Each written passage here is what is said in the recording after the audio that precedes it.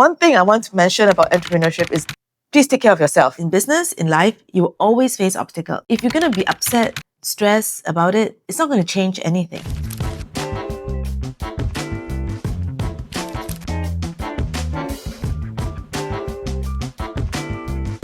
Hi everyone, thank you for joining us today. Today we have a very special guest with us.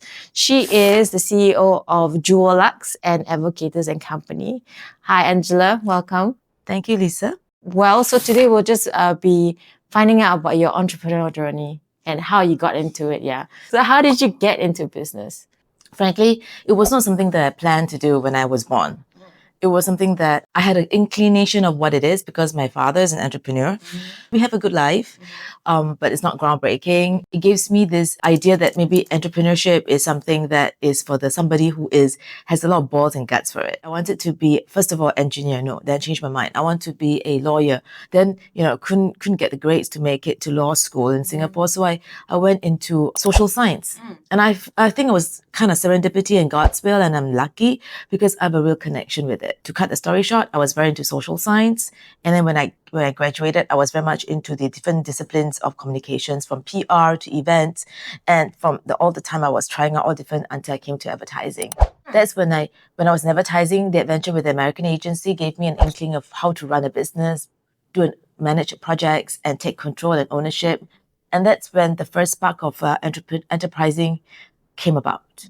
Okay. But then the whole journey to come to where I am has partly linked to that, because the Advocators and Company is actually an advertising agency to start, then evolve into integrated marketing, branding, communications agency. So this is that journey for that part of it where it came to light. Say, okay, let's just kind of evolve and then to take control and to grow the agency or the business the way I want. So which year did you start Advocators and Company? I didn't really plan to, let's open an agency kind of thing, And I met this girlfriend of mine, kind of connected on the idea, the dream of that agency that we can, envisage to provide the kind of service to clients that we love, the projects that we love, and create beautiful things. She already started the company called Lizard Storm in 1995. Okay. And so she kind of reached out to me and said, do you want to come in as a partner? And I take the leap. It's a bit scary because as an employee, you always have a secure income. Yes. As an entrepreneur, that part of the world dissolves. So that was a leap of faith, and I just did it. And it wasn't easy, but I'm glad I did it. She taught me a lot of things, and I learned a lot. And how did JeweLuxe come about? So at that time I was with Li Hua Jewelry, right? And that was where we did the campaign to transform the program, to transform the brand from a goldsmith to a chain store concept. When SARS came, which could cause any agency to go down the hill, we didn't. The jewelers approached us and said, do you want to consider helping us create a brand, which is to a festival of sort, to revitalize the jewelry retail? And STB is involved. We pitched to STB to fund it, and we started that venture as a project. And the shareholders, the business has grew so much that it became a competitor to the jeweler. But for us, for Lizard Storm, at that point, we still call Lizard Storm, it was painful because we have grown this baby for such a long time. And I made a painful decision to create JeweLuxe, which is a $1.5 million to $2 million project. It's the most stimulating, exhilarated time of my life, but it's the most rewarding and I would say enlightening time of my life. What is different from when it was Jewel Fest and then now JeweLuxe? Jewel Fest, previously it was a lot of, the curatorial effort is not as great. Now JeweLuxe, we have a lot of thematics direction in terms of guiding consumers and shoppers how to appreciate jewelry. We wanted to take the role of helping designers find their foothold here and also appreciate their work. They should be appreciated not as a commodity, because if it's a commodity, they lose their purpose and it's meaningless. To look at a piece of gem as a gem or as a stone is based on knowledge, because without the knowledge, you can look at the two entities and there's no differentiation. Therefore, the value you pack to it is completely different. I'm sure it was quite a journey to build that whole bank. What was your experience like? First time was, let's go to the Hong Kong show and see what's out there. No idea what I'm getting into. No, and I realized what curation is, and I have to go and study and research. And when I go there, I could, I was like overwhelmed. I was having depression the first month. I'm getting anxiety attacks. And I get to know people. I'm not afraid to ask questions. I'm not afraid to make mistakes. And I apologize for it. I'm always transparent. I'm always honest about my stumbling. And I'm willing to make it up. I would say that I want to thank God for the thing that I have, because without His blessing. Some of these things, I don't think it's my personal effort. The opportunity, you believe in faith, and sometimes rational thought, grit and charge doesn't work. The ability to harness the energy that you're able to attract what you want and desire to you, and believe in that larger universe that can deliver you that is important. So how have you had to evolve, you think, from that as an employee, right? And then now CEO of 2 companies. Like, how have you had to evolve to get to where you are, to manage all the things you have to manage? One is taking accountability and responsibility. Be accountable. But that doesn't mean you go into a schizophrenic phase where you are like everywhere and try to control everything. But I kind of neglect the element of people and how they feel. And I think it was a journey for me to come, and the mistakes I've made make me realize that I need and I have to value the people that has been always by my side. Whether they make mistakes or not, we have to embrace everything like we are embracing our partners.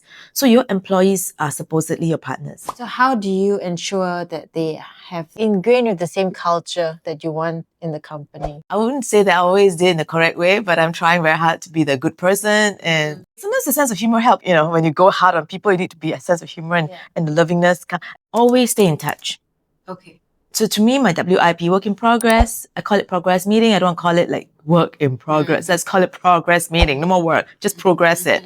So the terminology you use are meaningful. Use wisely. In your journey, what would you consider your biggest achievements or like milestones that you feel? JeweLuxe is something I'm really proud of. I really worked very hard to and put in my everything. And it's like, nah, I'm gonna just do it, do or die thing, you know? One thing I want to mention about entrepreneurship is please take care of yourself. When I did the retail thing of 8 venues at one go, I wasn't thinking of myself. It wasn't taking care of myself. It wasn't taking care of my stuff. It causes attrition and it causes unhappiness. It causes stress. And I felt it's not necessary.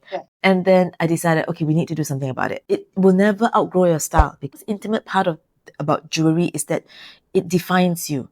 It defines you more intimately than clothes, actually. For challenges and solutions, right? Can you share a couple of your biggest challenges? Whether there were any failures that were pivotal to your success? I think the challenge I have is about finding the right people and keeping them, and the capability to do that. Perhaps because I've always been the marketing type of person and not a HR mindset. I don't really evaluate so much on the person's personality, whether it matches the climate, the work scope. I just look at the functional part of, he has got all these skill set. I must say that I have a lot of attrition. Also the nature of my business. It's really tough. Like for example, for JeweLuxe, right? It's working right up to festival of such a scale, and it's like continuous late nights, and then you have to sit it out there and the 10 days is tough because we have to be there at 10 until 10. And then highly stressed because you produce the events. So that a lot of my staff come and go. And I just feel that was my biggest challenge, and I'm trying to learn how to recruit the right people, and when you have the right people, how to keep them, and also defining the roles and all that. That is a challenge, and I'm to be honest with you, I'm beginning to see you don't get solutions straight away. Nothing in all challenges is not like, the challenges will always peep up. It's like this like they always come up, like the COVID, you know. It's big scale or small scale, you know. But it's a matter of how you face it and deal with it and correct it. So you put it every back on track. So that is one of my biggest challenge. Other than that, I don't see much. Because maybe because I embrace life like an adventure. So whatever like pops out, hey, this is just try it out. So when it comes to business and marketing part, I have that mindset. So I don't see things as challenges. It's the operational. Well, that's a really good mindset to have though. Yeah, it helps. See, it's a choice. Let's face it, in business, in life, you will always face obstacles. You always face something that you deem as not appropriately to be there, right? But if you're going to be upset, stressed about it, it's not going to change anything. This is it. Let's deal with it, you know? What should we do with it? Be rational, put it in perspective. I must say, I sound very suave right now talking about it, but it's also a journey for me to get to the level of detachment. And I'm also still working on it myself. But I realized that as I put the effort to work on the perception, your life experience and the way you cope with the challenge, and your response and your decision in reaction to it will be much more objective. And that is the differentiation between success or not.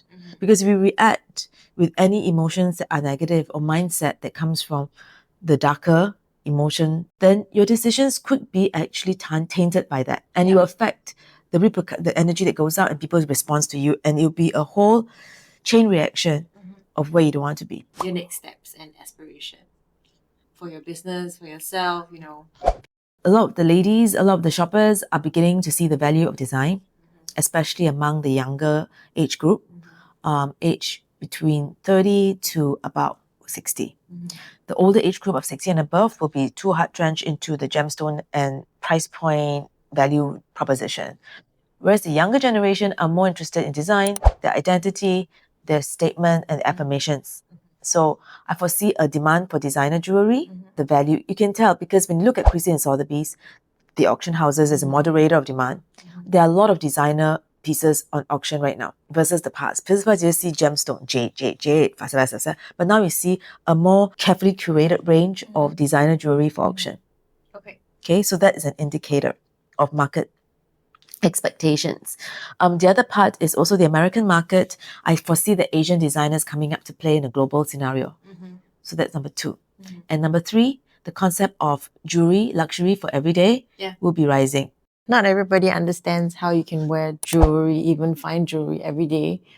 Like I wear my jewelry with jeans, and like people are like, when are you going to wear that? And I'm just like, whenever I want to wear, It's part of styling yourself, but part of style yourself in a more intimate way. You value yourself, so you want to buy something that you feel and you love and it's precious and it's not defined by how you're going to, whether it's fine jewelry or accessories. I love jewelry in a mild way. Okay. Like for example, I had my first diamond when I was 18. Since I was a baby, I've been wearing jewelry. My mommy bought me jade, gold bangles. I'm like always with jewelry, In terms of wealth building, first of all, what is wealth to you? Wealth to me is the provision of choices in life. Wealth gives you choices. I don't think wealth is associated with the concept of hoarding, and I don't see that. I like to save enough for my older days when I'm older and I need money. But I believe that wealth should be put to good use. There must be purpose. And also, like for example, if you have money, you need to give so that you can receive. So to me, wealth generation is about the flow. But at the same time, you take care of yourself. Right. Because otherwise, how do you balance out? It's not fair. You keep making money and don't give away. And be charitable. And also when it comes to wealth, know when is enough. Be fair. I've seen business people and when in business discussions, I face opponents. For those I call opponents, because it's not about creating win-win. It's about taking care of themselves first. It doesn't matter if the other party is messed up, but they take care of themselves first and push the deal through. So I feel that is not what I want. Because usually when I work with vendors, if I have very, very low budgets, it's not about, hey, let's press the vendors down and let's mark up a lot. And then there's this margin that you create wealth with, right? We need to know what revenue we're making and be comfortable in generating that. We need to work with vendors, but we need to let them know and be transparent what we're able to pay. And if they're acceptable to that. If they're not, we need to move on to people who are able to accept it. Or if you really want to work with this person for the talent, acknowledge it and pay for and give it its due. Because you cannot have both. Like you appreciate this time you work with this person, but don't want to pay the due. But so that is important in wealth. Wealth must be fair. Wealth generation must be fair, must be ethical, it must keep the flow going. I see business as an investment that generates wealth. If you look at your business as an investment, then it becomes an investment. But you cannot generate wealth without investing in it. A business is an investment. Yes, you have to put in time, effort, and money, but it should generate enough wealth and cash maybe for you to do what you want to do with your life. I do invest in funds and shares. Property, yes. I always look at the whole thing as a total portfolio. Because if I don't look at my business as an investment, then why am I going to do it? I'd rather work for somebody else. Revenue generation minus the stress. It must give you the exponential return. Because you have appreciation and all this knowledge about gems and all that. Do you also put some money where, like, for investment gems? Some people like to do that. You see, I always believe in diversifying. So I bought the jade, but I also have to when we buy gemstones, we have to buy what connects with you, what makes you happy. Then I bought so much and I said, okay, now I have too much. I don't find anything that connect me deeply right now.